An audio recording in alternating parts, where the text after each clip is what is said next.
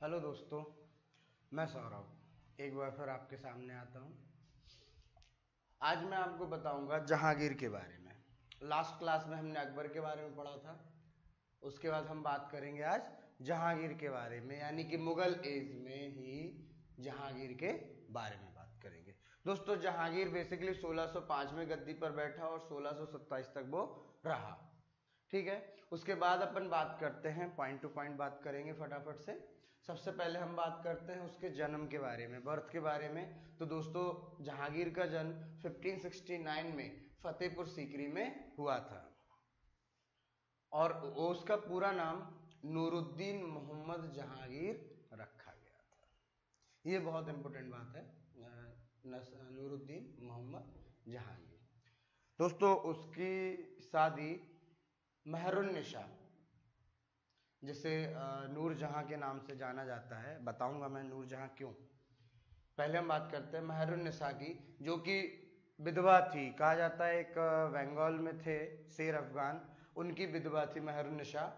तो उसके साथ जो है जहांगीर की शादी हुई थी और इसी ने ही यानी कि जहांगीर ने ही मेहरुन्निसा को नूरजहां की उपाधि दी थी। नूरजहां टाइटल था, नूरजहां के नाम से जो है वो मेहरुन्निसा को बोला करता था, बुलाया करता था।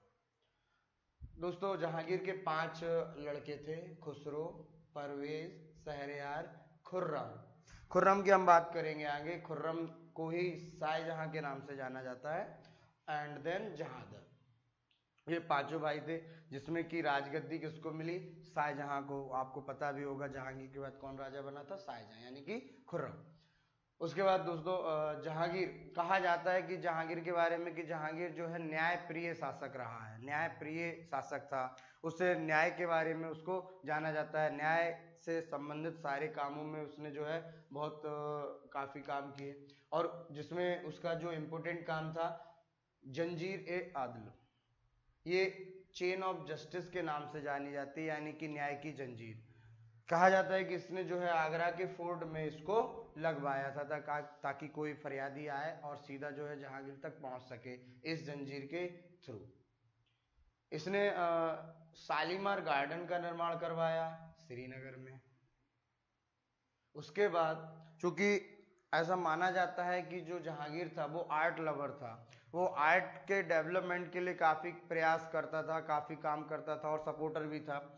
इसीलिए ये वाली जो बात अब अपन पढ़ेंगे, golden age of Mughal painting. कहा जाता है कि जहांगीर के पीरियड को, जहांगीर के समय को जो है मुगल पेंटिंग का, मुगल चित्रकला का स्वर्ण काल कहा जाता है, स्वर्ण युग कहा जाता है, या गोल्डन एज जो है बोला जाता है। उसके बाद हम बात करें दोस्तों, हमने इतिहास में पढ़ा है ईस्ट इंडिया कंपनी के बारे में। ईस्ट इंडिया कंपनी का हालांकि मैं बाद में आपको पढ़ाऊंगा डिटेल में, लेकिन चूंकि अभी थोड़ा सा इसके बारे में समझना जरूरी है। दिसंबर 1600 में जो है ईस्ट इंडिया कंपनी का निर्माण हुआ था और वो भारत में आई। भारत में आने का उसका जो मेन मोटो था, मेन पर्पस था, वो था बिजनेस करना। लेकिन आगे चल के कुछ सालों बाद धीरे धीरे जब उन्होंने यहाँ की सिचुएशंस देखी, यहाँ की स्थितियां देखी, कंडीशंस देखी, तो वो धीरे धीरे जो है एडमिनिस्ट्रेशन में भी इन्वॉल्व होने लगे। लेकिन सबसे पहला उनका मेन पर्पस था इस्टेब्लिश करना अपने बिजनेस को, अपनी फैक्ट्रीज को इस्टेब्लिश करना। तो नॉर्थ इंडिया में हम बात करें, चूंकि जो मुगल्स थे वो दिल्ली पे राज कर रहे थे और पूरा नॉर्थ इंडिया जो है कैप्चर किया हुआ था मुगल्स ने, मुगल्स के कब्जे में पूरा नॉर्थ इंडिया था। तो नॉर्थ इंडिया में काम करने के लिए अंग्रेजों को कहीं ना कहीं मुगल्स की हेल्प की जरूरत थी। तो 1608 में पहली बार जो है ईस्ट इंडिया कंपनी के रिप्रेजेंटेटिव थे कैप्टन विलियम हॉकिंस, ये जहांगीर के दरबार में गए। मैंने लिखा भी है कब गए, 1608 में। 1608 में जो है कैप्टन विलियम हॉकिंस जो है जहांगीर के दरबार में गए, लेकिन चूंकि उन्हें परमिशन नहीं दी, जहांगीर ने उनको मना कर दिया। एंड देन अगेन इन 1615 में फिर से जो है ईस्ट इंडिया कंपनी के एक और रिप्रेजेंटेटिव सर टॉमस रो जो है वापस जहांगीर के दरबार में आए, लेकिन इस बार जहांगीर ने उन्हें परमिशन दे दी और इसके चलते फिर उन्होंने नॉर्थ इंडिया में अपनी फैक्ट्रीज लगाना शुरू कर दिया। उसके बाद डेथ सेंटेंस यानी मृत्युदंड, कहा जाता है जहांगीर ने सिखों के पांचवें गुरु अर्जन देव को जो है 1606 में मृत्युदंड दिया था। अब मृत्युदंड क्यों दिया था, ये थोड़ा सा सवाल देखने को मिलता है।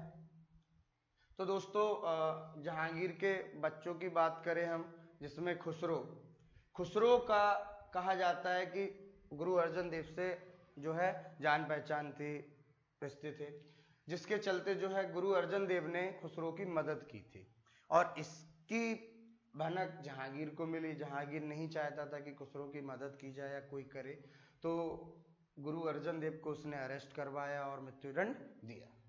उसके बाद हम बात करें, जहांगीर ने जो है पर्शियन भाषा में, पर्शियन लैंग्वेज जो हम पहले पिछली क्लास में भी हमने देखा था कि पर्शियन को जो है अकबर ने मुगल एज का जो है ऑफिशियल लैंग्वेज बनाया। तो पर्शियन भाषा में जो है जहांगीर ने अपनी मेमोरीज को किस नाम के टाइटल में लिखा, तो जो के जहांगीरी के टाइटल में उसको लिखा। और दोस्तों 1627 में 1627 में जहांगीर की डेथ हुई और उसको लाहौर में दफनाया गया। लास्ट में हम बात करते हैं जहांगीर के इन्वेशंस के बारे में। बहुत ज्यादा युद्धों की जानकारी तो नहीं है, लेकिन हाँ जो दो इम्पोर्टेंट बैटल्स की हम बात करें तो सबसे पहला 1615 में इन्होंने मेवाड़ पर अटैक किया और मेवाड़ के राजा थे राणा अमर सिंह, उसको कैप्चर किया। देन 1920 में 1920 में अहमदनगर की छोटे से हिस्से कांगड़ा पर इन्होंने अटैक किया और कांगड़ा के किले को अपने अधिकार में कर लिया। तो जहांगीर के बारे में कहा जाता है, चूंकि मैं पहले भी अभी बता चुका हूँ आपको कि आर्ट लवर था, तो ज़्यादा युद्धों में उसने दिमाग नहीं लगाया, ज़्यादा काम नहीं किया, ज़्यादा युद्ध नहीं लड़े, लेकिन उसने जो है काफ़ी कुछ किया।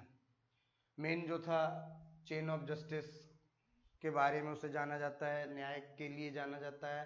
ठीक है, तो ये सारी चीज़ें मैंने आपको नोट करके बता दी हैं, तो आप लोग इन सारी चीज़ों को नोट कर लें।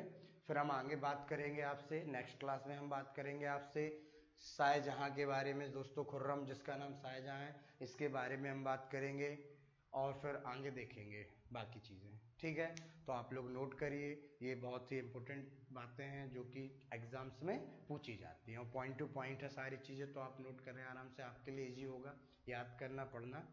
तो फिर हम मिलते हैं बाकी नेक्स्ट क्लास में और देखते हैं फिर आगे की कहानी। ठीक है, ओके, थैंक यू।